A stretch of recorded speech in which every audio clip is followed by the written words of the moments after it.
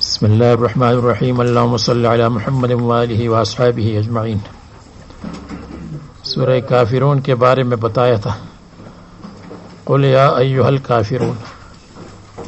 بعض لوگ کہتے ہیں کہ قل یا ایھا الکافرون، قل اعوذ برب الفلق، قل اعوذ برب الناس، اور قل یا ایھا الکافرون، اور یہ قل اعوذ برب الفلق، یہ تو رسول اللہ صلی اللہ علیہ وسلم کا کلام ہوا۔ قل آپ یہ کہیں کہ یا ایھا الکافرون، تو رسول اللہ صلی اللہ علیہ وسلم یہ فرماتے ہیں، فہذا صار من کلام الرسول لا من کلام اللہ تعالی۔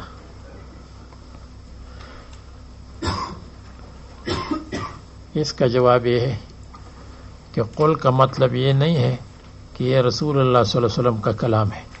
قل کا مطلب اس کا اعلان کر لیں، اللہ تعالیٰ کا کلام ہے، آپ یہ اعلان کر کے لوگوں تک پہنچا دیں۔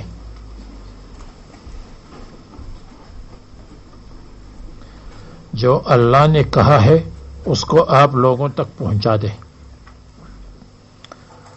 پھر یہ کہ قل یا ایھا الکافرون بعد اتمام الحجت، جب ان پر حجت کا اتمام ہوا تو پھر ان کو یا ایھا الکافرون کہہ دے کہ تم اب کافر ہو اور کفر تم پر پکا ہو چکا ہے۔ اور لا اعبد ما تعبدون ولا انتم عابدون ما اعبد ولا انا عابد ما عبدتم، اس میں جو تکرار اور 2-4 مرتبہ آیا ہے، بعض حضرات فرماتے ہیں کہ یہ تاسیس ہے، اس لیے کہ حالات ہے 6: ماضی، حال اور مستقبل۔ ماضی اور حال اور مستقبل، اور ان 3 حالات میں ہر ایک کے ساتھ 2 کا تعلق ہے۔ ماضی کے ساتھ اس کا تعلق ہے کہ ماضی میں تم ہماری معبود کی عبادت نہیں کرتے تھے اور ہم آپ کے معبود کی عبادت نہیں کرتے تھے۔ 2 حال کے ساتھ 2 کا تعلق ہے کہ فی الحال تم ہماری معبود اور ہم تمہاری معبود کی عبادت نہیں کرتے۔ استقبال کے ساتھ بھی دونوں کا تعلق ہے، تو اس کے لیے 6 جملے چاہیے۔ کتنے جملے؟ 6۔ ایک جملہ 2 جملے اس کے لیے کہ ماضی میں نہ تم ہمارے معبود نہ ہم تمہارے معبود، حال میں نہ تم اور نہ ہم، اور استقبال میں نہ تم اور نہ ہم۔ لیکن یہاں 4 جملے آئے ہیں۔ 4 جملے اس لیے آئے ہیں کہ پہلے 2 جملوں میں دونوں کا بیان ہوا ہے، دونوں پہلو اور دونوں طریقوں کا بیان ہوا۔ تو لا اعبد ما تعبدون فی الحال ولا انتم عابدون ما اعبد فی الحال، اس میں فی الحال کا ذکر ہوا اور 2 جملے آئے، نہ تم ہمارا اور نہ ہم تمہارے معبود کی عبادت کرتے ہیں۔ اس کے بعد ولا انا عابد ما عبدتم، یہ ماضی کے لیے ہے، اس لیے کہ عبدتم آیا ہے، معنی یہ ولا انتم عابدون ما عبدتم ولا انتم عابدون ما عبدنا، ولا انتم عابدون ما عبدنا یہ محذوف ہے بقرینۃ ما سبق، کیونکہ پہلے دونوں کا ذکر ہوا تو دوسرے جملے میں دونوں کے ذکر کی ضرورت نہیں ہے، ایک کافی ہے۔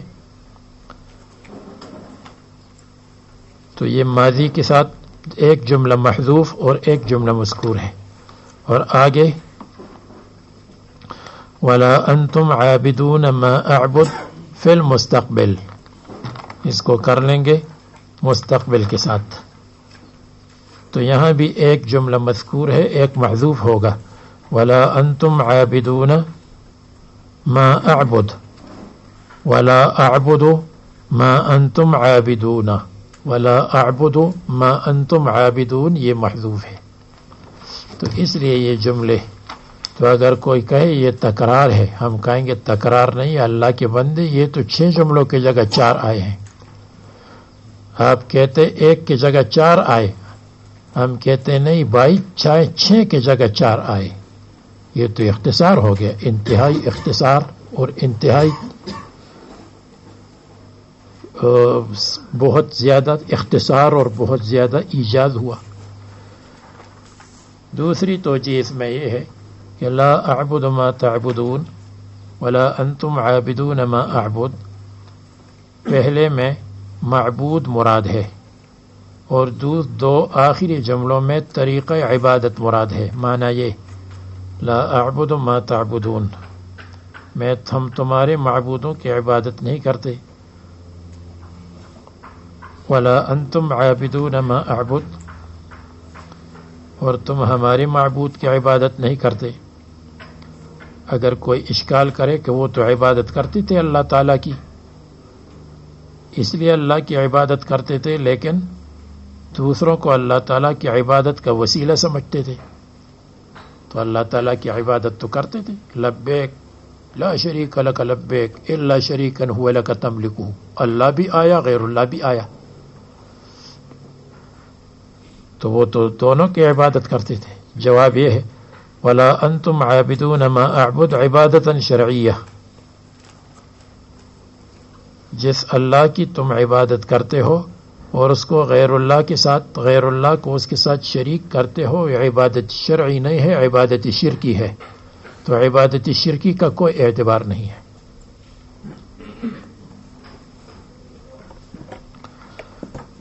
اچھا، اور 2 آخری جملے میں ولا انا عابد ما عبدتم، اور میں عبادت نہیں کرتا ہوں ما عبدتم اس طریقے پر جس پر تم عبادت کرتے ہو، اور نہ تم عبادت کرتے ہو اس طریقے پر جس پر میں عبادت.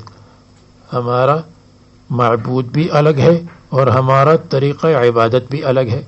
مسلمانوں کا طریقہ عبادت وضو کرتے ہیں، صاف اور پاک کپڑے پہنتے ہیں، پھر اللہ تعالیٰ کے سامنے عاجزی کے ساتھ کھڑے ہوتے ہیں اور تلاوت کرتے ہیں، یہ ان کا طریقہ عبادت ہے. آپ کا طریقہ عبادت ما كانت صلاتهم عند البيت الا مكاء وتصديا، آپ کی عبادت کا طریقہ یہ ہے تالیاں بجاتے ہیں، سیٹیاں بجاتے ہیں، میوزک بجاتے ہیں اور اس کو طریقہ عبادت سمجھتے ہیں، نفس کو خوش کرتے ہیں، پھر کہتے ہیں ہم نے عبادت کی.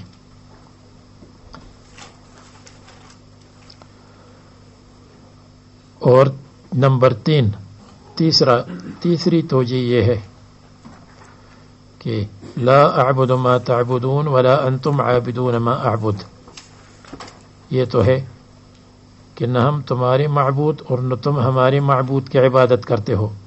ولا انا عابد ما عبدتم، اور نہ ہم عبادت کرتے ہیں ما عبدتم جس کی تم عبادت کرتے ہو. اگر ہم نے تمہارے معبود کی عبادت کی تو وہ عبادت مقبول نہیں ہے، اس میں نفی قبولیت ہے. ولا انتم عابدون ما اعبد، اور نہ تم عبادت کرتے ہو ما اعبد جس معبود کی ہم عبادت کرتے ہیں. اگر تم نے شرک کے ساتھ ہمارے معبود کی عبادت کی تو وہ قبول نہیں ہے، وہ غیر مقبول ہے اگرچہ تم نے عبادت کر لی.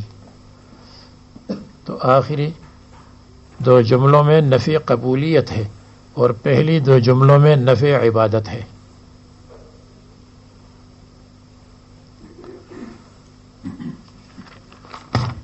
لکم دینکم ولی دین، یہ ہے شرک سے براءت اور کفر سے براءت. اس کے بعد سورہ نصر مدنی ہے، 3 آیات پر مشتمل ہے اور آخری صورت ہے جو پوری قرآن کریم کی نازل ہوئی آخری صورت. ترتیب قرآنی میں 110 ہے. 110. ترتیبی نزولی میں 114 ہے پوری صورت. سورہ توبہ کے بعد سورہ توبہ کے بعد اور رسول اللہ صلی اللہ علیہ وسلم کی وفات سے پہلے. یعنی یہ تو نہیں کہیں گے کون سی صورت سے پہلے، جب آخری صورت ہو گئی تو حضور کی وفات سے پہلے.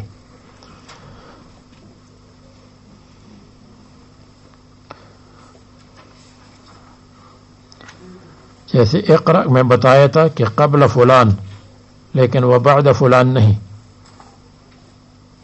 تو یہاں ہے وبعد فلان ولیس بعدها شیء، اس کے بعد کوئی اور صورت نہیں.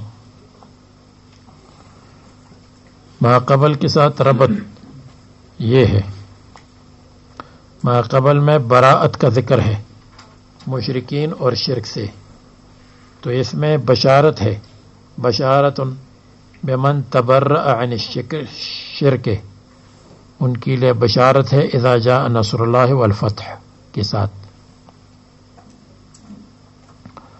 اور نمبر 2 ما قبل صورت میں یہ ہے کہ شرک ختم ہو جائے گا اور اللہ تعالیٰ کا دین باقی رہ جائے گا.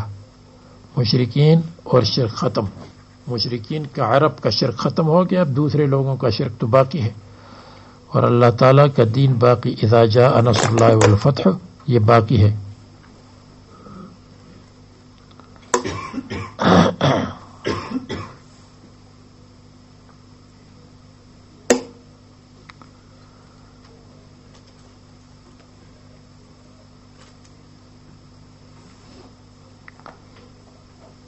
اذا جاء نصر اللہ نبیہ صلی اللہ علیہ وسلم، جب اللہ تعالیٰ کی مدد آ جائے دشمنوں پر، والفتح اور فتح مکہ آ جائے، یا والفتح فتح البلاد دوسرے بلاد کی فتح. ورأیت الناس يدخلون فی دین اللہ افواجا، آپ دیکھیں گے لوگوں کو کہ داخل ہوں گے اللہ تعالیٰ کی دین اور اسلام میں، افواجن جماعت در جماعت، افواجن فوج در فوج. کہتے ہیں کہ اس کی جزا محذوف ہے، فذالک فہذہ علامت اجلک، یہ آپ کی اجل کی علامت ہے کہ آپ دنیا سے جانے والے ہیں. ابن عباس رضی اللہ، حضرت عمر رضی اللہ عنہ ابن عباس کو اپنے قریب بٹھاتے تھے. عبد الرحمن ابن عوف نے فرمایا ہماری بھی ابن عباس کی طرف بیٹے ہیں اور آپ ابن عباس کو قریب بٹھاتے ہیں. حضرت عمر نے فرمایا آج آپ کو معلوم ہو جائے گا، میں ایک سوال کرتا ہوں.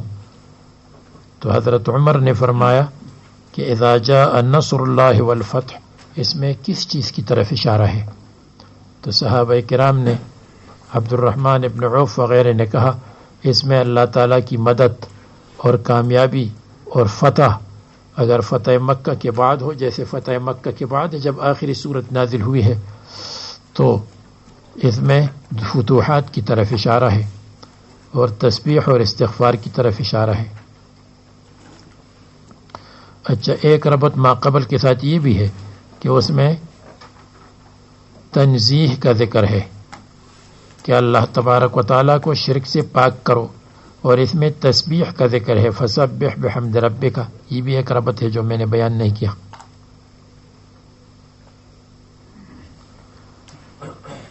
تو ابن عباس رضی اللہ عنہ سے پوچھا آپ کیا سمجھتے ہیں؟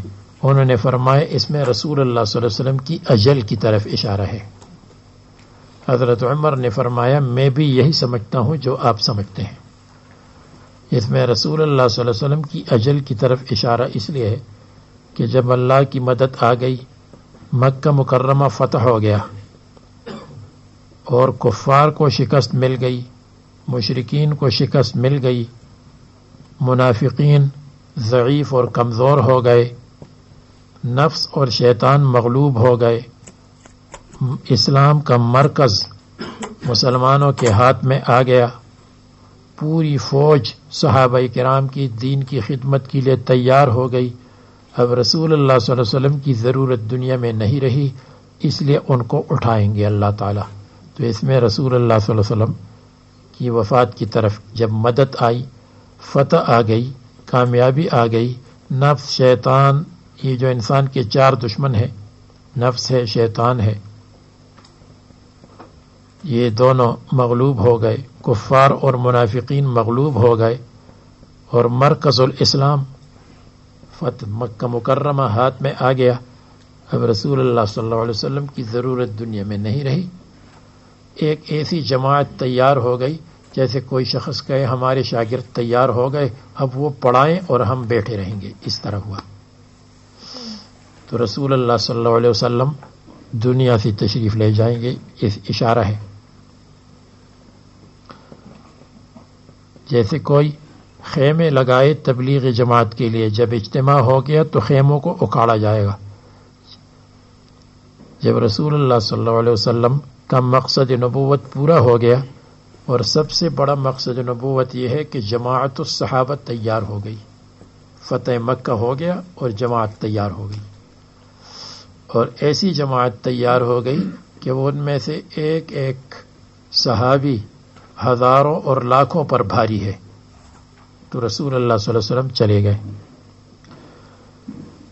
دوسری وجہ کہ اس میں اشارہ ہے فسبح بحمد ربک واستغفرہ.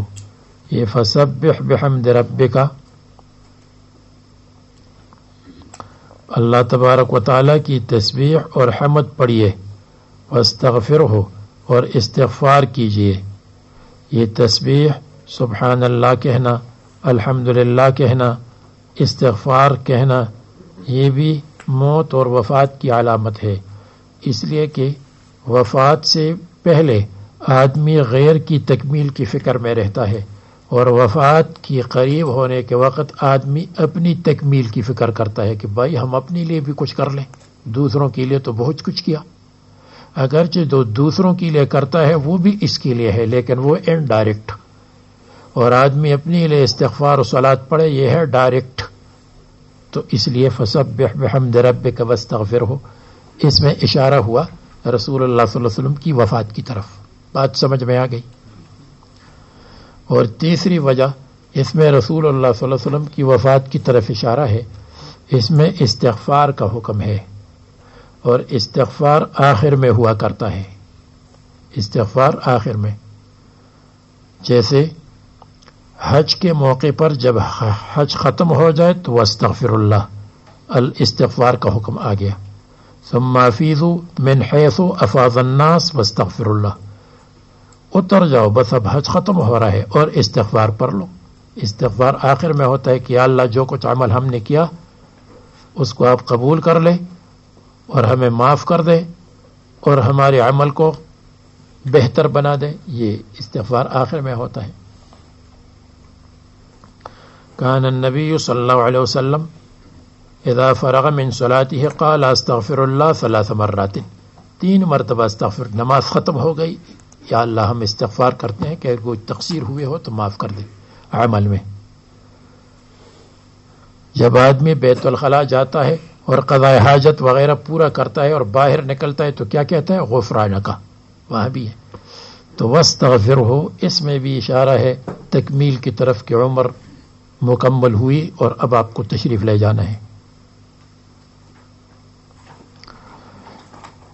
وَرَأَيْتَ النَّاسَ يَدْخُلُونَ فِي دِينِ اللَّهِ فِي الْإِسْلَامِ أَفْوَاجًا فَذَلِكَ عَلَامَةُ أَجَلِكَ. ذکرہ ابن عباس کہتے ہیں کہ یہ صورت نازل ہوئی آخر میں. اس کے بعد اليوم اکملت لکم دینکم واتممت علیکم نعمتی الی آخرہ. یہ آیت نازل ہوئی. پھر آیت الکلالہ، کلالہ کی آیت، وہ آیت نازل ہوئی. اس کے بعد لقد جاءکم رسول من انفسکم عزیز علیہ ما عنتم حریص علیکم الی آخرہ. یہ آیت نازل ہوئی. اس کے بعد واتقوا یوما ترجعون فیہ الی اللہ، آخر میں یہ آیت نازل ہوئی. اور هذه آخر آیت نزلت، لیکن پوری صورت یہ نازل ہوئی، اس کے بعد کوئی مستقل پوری صورت نازل نہیں ہوئی۔ افواجن کا مطلب جماعات، بعدما کان يدخل فيه واحد واحد، پہلے ایک ایک اور اب جماعت در جماعت، اس لیے سن 9 ہجری کو سنت الوفود کہتے ہیں۔ سنت الوفود بڑی بڑی جماعتیں آتی تھی اور مسلمان ہوتی تھی، پوری قبیلے مسلمان میں عرب کے داخل ہو گئے۔ وذلك بعد فتح مکہ جاء العرب من اقطار الارض طائعین، اطراف زمین سے عرب آئے طائعین، تابعداری کرتے ہوئے۔ اب اگر فتح سے مراد فتوح البلاد ہو تو اذا اپنے معنی میں ہے، جب اللہ تعالیٰ کی مدد آئے اور فتوحات آئے اور لوگ داخل ہو جائے دین میں تو آپ تسبیح کر لیں۔ اور اگر فتح سے مراد فتح مکہ ہو تو اذا بمعنی اذ ہے، اذ جاء نصر اللہ، اللہ تعالیٰ کی مدد آ گئی، والفتح فتح مکہ ہو گئی۔ ورأیت الناس، اور آپ نے لوگوں کو دیکھا کہ ایک ایک نہیں ہے بلکہ پوری جماعت ہی نکلتی ہیں اللہ کے راستے میں۔ تو اس لیے اب کیا ہوا، فسبح بحمد ربک ولما دنا اجلک فسبح بحمد ربک، جب آپ کی اجل قریب ہے اب آپ اپنی فکر زیادہ کر لیں۔ امت کی فکر تو آپ نے بہت کی، اپنی فکر بھی کی، لیکن اب مکمل اپنی فکر کیجئے۔ فسبح بحمد ربک، تسبیح کیجئے۔ یہ صفات سلبیہ ہے، اللہ تبارک و تعالی عیب سے پاک ہے، اللہ تعالی جہل سے پاک ہے، مرض سے پاک ہے، موت سے پاک ہے، وغیرہ وغیرہ۔ اور بحمد ربک یہ صفات ثبوتیہ ہے، صفات ثبوتیہ، اللہ تعالی علیم ہے، قدیر ہے، مرید ہے، عالم ہے، خالق ہے، رازق ہے، یہ بحمد ربک متلبسا بحمدہ۔ واستغفرہ، اور اللہ تعالیٰ سے استغفار مانگے، گناہوں کے لیے نہیں بلکہ ترقی درجات کے لیے۔ یا استغفرہ تعلیما للامت، امت کی تعلیم کے لیے، یا استغفرہ استغفار مانگ لے بطور تعبد، یعنی استغفر اللہ عبادت کا کلمہ ہے، گناہ ہو یا نہ ہو۔ جیسے الحمدللہ عبادت کا کلمہ ہے، سبحان اللہ عبادت کا کلمہ ہے، تو استغفر اللہ یہ بھی عبادت کا کلمہ ہے۔ یا استغفر اللہ اس کے معنی ہے کہ آپ کی علو شان کے مطابق اگر حق بندگی میں کچھ کمی ہوئی ہے تو استغفر ہو، اس کے لیے معافی مانگ لے۔ اگر آپ کی شان کے موافق کوئی خلاف اولا کام ہوا یا آپ کی شان کے مطابق کچھ کمی ہوئی ہے، شان کے مطابق اگرچہ تقصیر نہیں ہو گئے لیکن آپ کی شان کے موافق، تو اس میں استغفار کیجیے۔ یا واستغفر ہو، استغفار کے معنی یہ ہے کہ اللہ تبارک و تعالی مجھے چھپا لے، یعنی میری حفاظت کرے ہر قسم کی تقصیرات سے، تو استغفار چھپانے کو کہتے ہیں۔ واستغفرہ للترقی، واستغفرہ تعلیما للامت، واستغفرہ علی ارتکاب خلاف اولا ما لا یناسب شأنہ صلی اللہ علیہ وسلم، لا احصی ثناء علیک انت کما اثنیت علی نفسک۔ اور واستغفرہ للمستقبل، حفاظت کے لیے۔ حضور صلی اللہ علیہ وسلم فرماتے ہیں تم استغفار پڑھو کیونکہ میں دن میں 100 مرتبہ استغفار پڑھتا ہوں، تم بھی پڑھو۔ انہ کان توابا، یقیناً اللہ تعالیٰ توبہ قبول کرنے والے ہیں، یا یقیناً اللہ تعالیٰ قبول کرنے والا۔ رسول اللہ صلی اللہ علیہ وسلم سبحانک اللہم و بحمدک اللہم اغفر لی رکوع اور سجدے میں پڑھتے تھے۔ وکان صلی اللہ علیہ وسلم بعد نزول هذه السورة، اگر کوئی کہے واستغفرہ کے بعد ہونا چاہیے انہ کان غفارا، انہ کان توابا، کیوں آیا؟ جواب یہ ہے کہ انہ کان غفارا نہیں آیا، اس میں توبہ کی تلقین ہے امت کو کہ تم توبہ کرو، اللہ تعالیٰ قبول کرے گا. تو اس لیے غفارن نہیں آیا. غفار تو اللہ کی صفت ہے، تواب کے معنی تم توبہ کرو اللہ قبول کرے گا. تلقین التوبہ ہے، دل سے توبہ کرو. اور اسی طرح اس میں انعام کی طرف بھی اشارہ ہے کہ اللہ تعالیٰ کا انعام ہے کہ آپ کی توبہ کو قبول کیا. بعد نزول هذه السورة يكثر من قول سبحان الله وبحمده استغفر الله واتوب الیہ. وعلم بها انه قد اقترب اجله، معلوم ہوا قد اقترب اجله.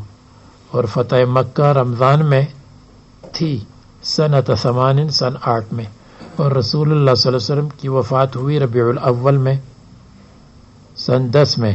ربیع الاول سن 10 نہیں بلکہ سن 11، اس لیے کہ 10 تو پورے ہو گئے تھے. سورہ ابی لہب جس کو سورہ تبت بھی کہتے ہیں، ترتیب قرآن میں 111 111، ترتیب نزولی میں 6 سورہ فاتحہ کے بعد اور قبل التکویر.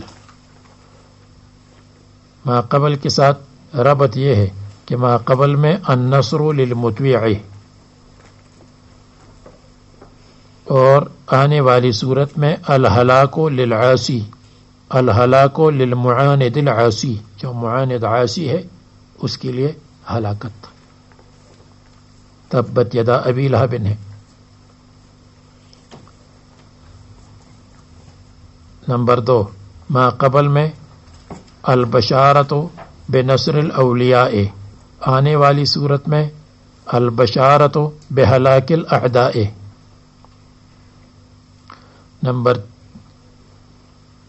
نمبر 3 ما قبل میں بشارت اور ما بعد میں تخویف، بشارت کے بعد تخویف.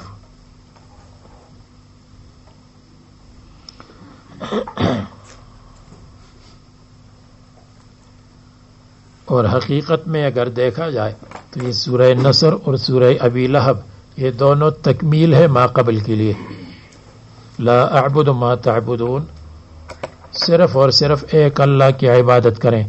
جب صرف اور صرف ایک اللہ تعالیٰ کی عبادت کریں گے تو اس راستے پر چلنے والوں کے لیے نصرت ہے، اور اس راستے پر نہ چلنے والوں کے لیے تبت یدا ابی لہب ہے. تو یہ حقیقت میں اس صورت کی تکمیل ہے، نتیجہ ہے. تکمیل کا مطلب نتیجہ ہے. 5 آیات ہیں. بسم اللہ الرحمن الرحیم. جب رسول اللہ صلی اللہ علیہ وسلم نے اپنی قوم کو دعوت دی، اسلام کی دعوت، اور فرمائے انی نذیر لکم بین یدی عذاب شدید، میں تم کو ڈراتا ہوں عذاب شدید سے پہلے. تو حضور صلی اللہ علیہ وسلم کے چچا ابو لہب نے کہا تبا لک لہذا دعوتنا، یعنی رسول اللہ صلی اللہ علیہ وسلم صفا پہاڑ پر کھڑے ہو گئے اور فرمائے اے بنی فہر، اے بنی عبد المطلب، اے بنی ہاشم، اے بنی فلان، اے بنی فلان، سب جمع ہو گئے کہ کوئی اہم بات ہے، صبح کا وقت ہے، صبح کے وقت حملے کا خطرہ ہوتا ہے. رسول اللہ صلی اللہ علیہ وسلم نے فرمایا کہ اگر میں تم سے کہوں کہ اس پہاڑ کے پیچھے فوج اور لشکر حملہ کے لیے آ رہا ہے تم مان لو گے؟ کہنے لگی جی. ما جربنا علیک الا صدقہ. رسول اللہ صلی اللہ علیہ وسلم نے فرمایا اب میں تم کو عذاب شدید سے پہلے عذاب شدید سے ڈرانے والا ہوں. تو ابو لہب نے کہا تبا لک لہذا دعوتنی.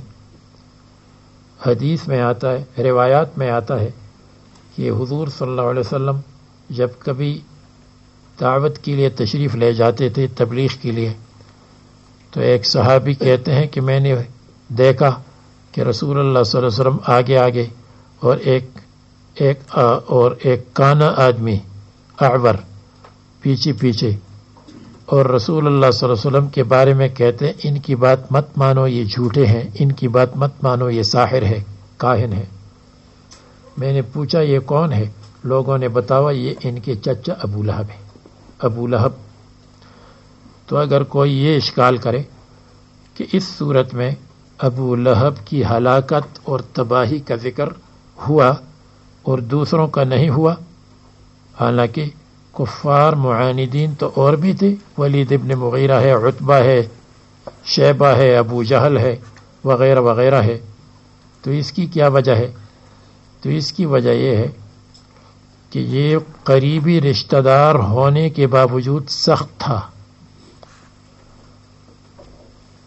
تو اللہ تبارک و تعالیٰ گویا کہ بتاتے ہیں کہ رسول اللہ صلی اللہ علیہ وسلم کا رشتہ دار ہو کر قریبی رشتہ دار ہوا لیکن عذاب سے نہیں بچا.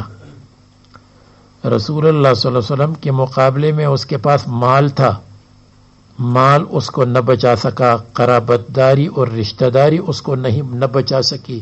اس لیے آخرت میں توحید بچانے والی ہے، اس لیے توحید کو سینے سے لگائے رکھو. اس کی اولاد نہ بچا سکی، مال نہ بچا سکا، قرابت نہ بچا سکی، جمال نہیں بچا سکا. اس میں یہ سب چیزیں تھیں، مال، اولاد، قرابت، جمال، لیکن یہ سب نہ بچا سکے.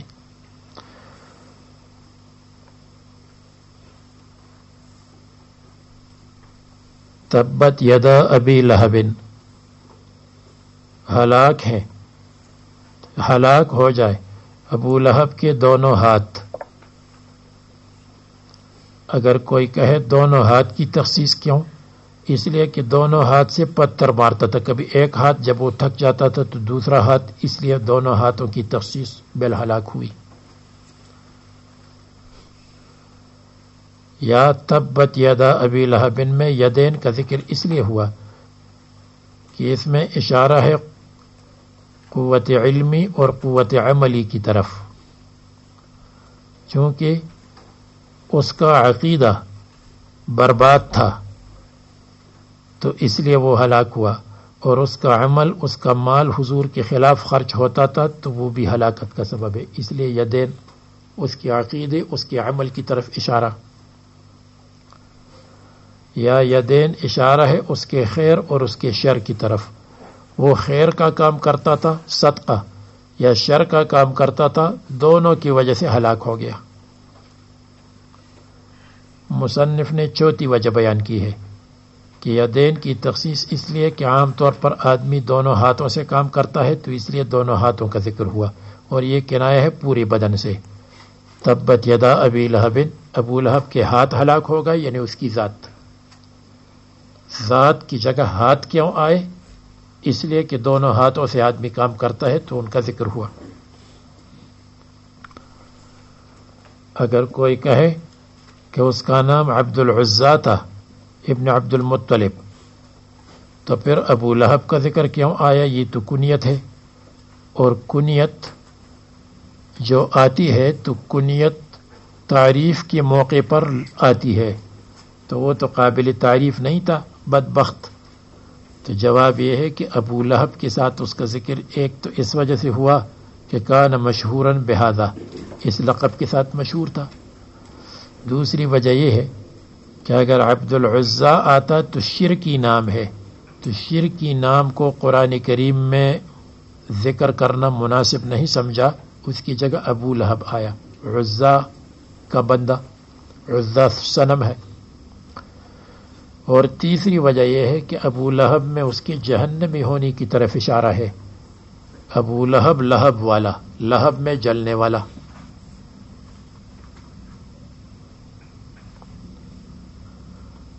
یہ جملتہ، یعنی پورا ابو لہب. اور تعبر عنہا بن یدین، اور جملہ بدن سے تعبیر کی گئی یدین کے ساتھ مجازن، کیونکہ اکثر افعال تزاول و بہما کیے جاتے ہیں بہما ہاتھوں سے، تو اس لیے ہاتھوں کا ذکر. اور یہ جملہ دعا ہے، و تبا، اور یہ جملہ خبر ہے، یعنی دو جملے. تبت یدا ابی لہب، اللہ کرے کہ دونوں ہاتھ ہلاک ہو جائے. اللہ تبارک و تعالیٰ کی دعا گویا کہ انشاء کے درجے میں ہے کہ ہو جائے گا. و تبا، اور یہ خبر کے درجے میں ہے. تو پہلا جملہ دعائیہ ہے اور دوسرا جملہ خبریہ ہے. اور یاد فرق یہ ہے کہ وہاں یدین کا ذکر ہے، اس کے یدین ہلاک ہو گئے، وتبا اور پورا ہلاک ہو گیا، تو ایک میں پورا ہے اور ایک میں ہاتھ ہے، یہ دو فرق ہے، یا تاکید کے لیے ہے۔ خسرہ ہوا، اور یہ خبر ہے جیسے اہلکہ اللہ دعا یعنی بد دعا، وقد ہلک خبر۔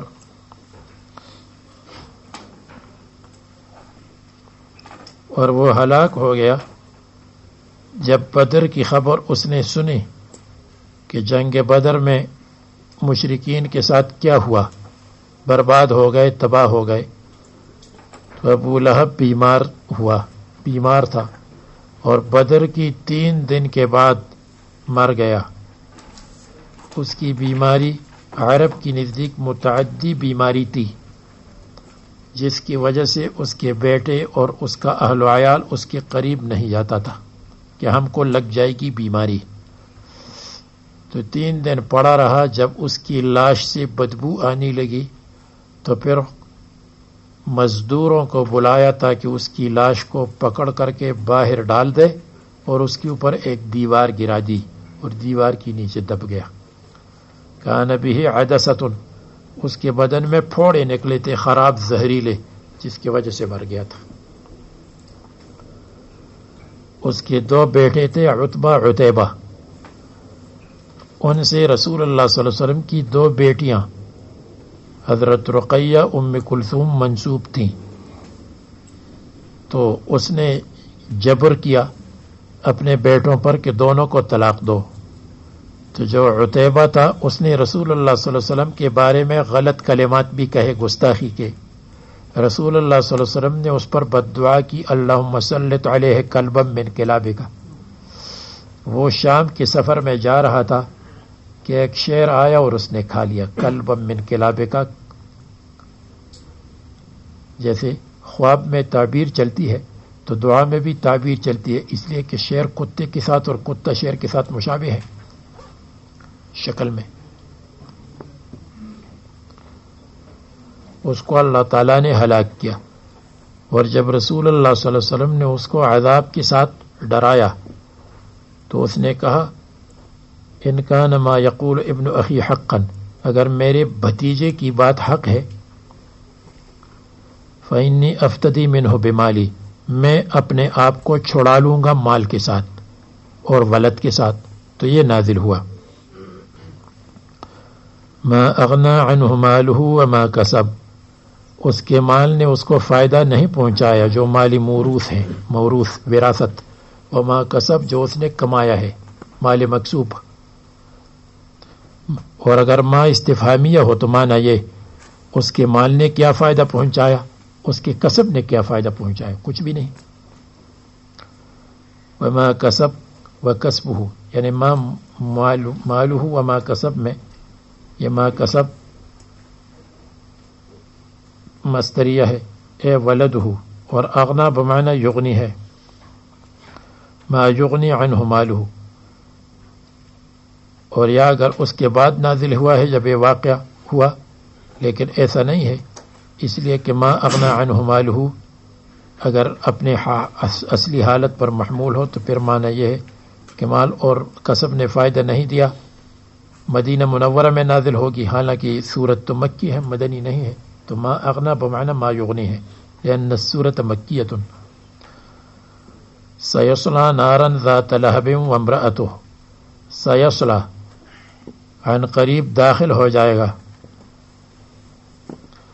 نارن اس جہنم میں، نارن عظیمتن، تنوین تعظیم کے لیے ہے، نار عظیمتن بھاری، بہت خوفناک، ذات لہب اس کے نام کی مناسبت سے، ذات لہب شعلوں والی نار ہے، اے تلہبو تتلہبو، وتوقدو فہی مآل تکنی ہے، تو یہ اس کی کنیت کا نتیجہ ہے، اس کی کنیت ابو لہب ہے تو اس کا یہی نتیجہ بروزن بتیجہ، لتلہب وجہہ، اس کا چہرہ شعلے کی طرح سرخ تھا، تو گویا کہ اس کی جہنمی کی طرف اشارہ تھا۔ اشراقن چمکنے میں. ما کسب سے مراد اس کا کیا ہے؟ ولد ہے. بعض کہتے ہیں ما کسب سے مراد اس کا عمل جاری ہے، جو اس کا عمل صدقہ وغیرہ کیا تھا تو اس نے کوئی فائدہ نہیں پہنچایا. وامرأته حمالۃ الحطب، حمالۃ الحطب. وامرأته یہ عطف ہے سیصلا کی ضمیر پر. سیصلا ہوا وامرأته، وہ بھی جہنم میں جلے گا اور اس کی بیوی بھی. زوجته نہیں کہا، امرأته کہا، اس لیے کہ زوجته کے لفظ میں اس لفظ میں عزت ہے. بیوی اور زوجہ کا مطلب ساتھ رہنے والی.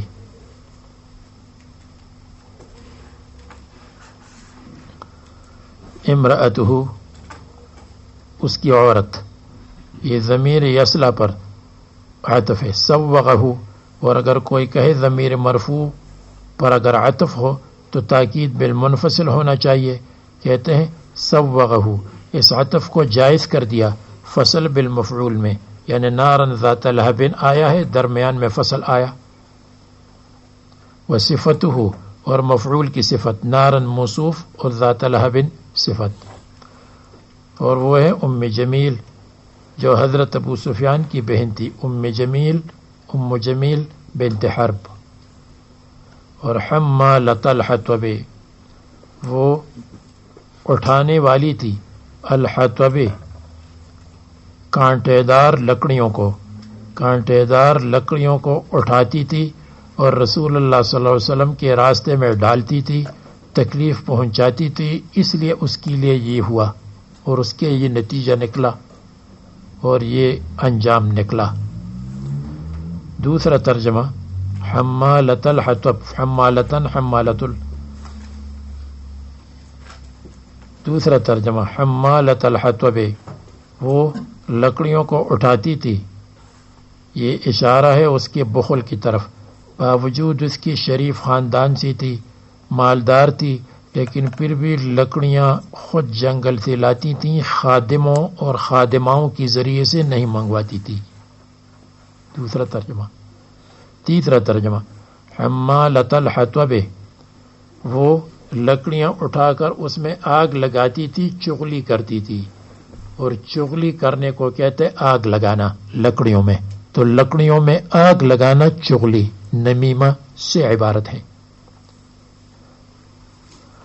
چوتھا ترجمہ حمالۃ الحطب، وہ لکڑیوں کو اپنے سر پر ڈالتی تھی. لکڑیوں کو سر پر ڈالنا کنایا ہے بوجھ ڈالنے سے. ان کے اوپر گناہوں کا بوجھ ایسا تھا جیسے کسی کے سر پر لکڑیوں کا بوجھ ہو. 4 ترجمے ہو گئے. اور حمالۃ الحطب منصوب ہو تو حال ہے، ایسے حال میں کہ حمالۃ الحطب تھی. یا منصوب علی الضم ہے، یعنی اضم حمالۃ الحطب.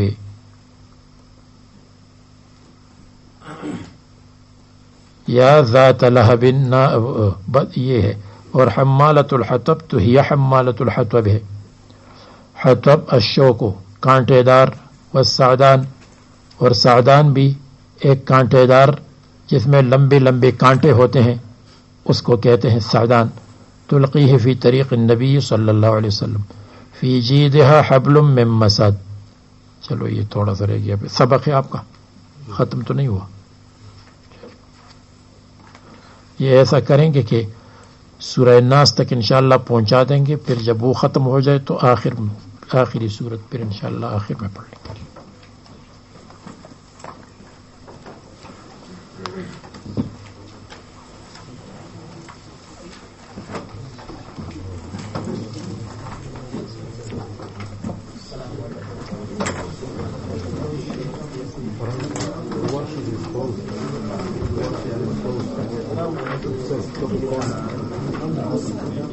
سبحان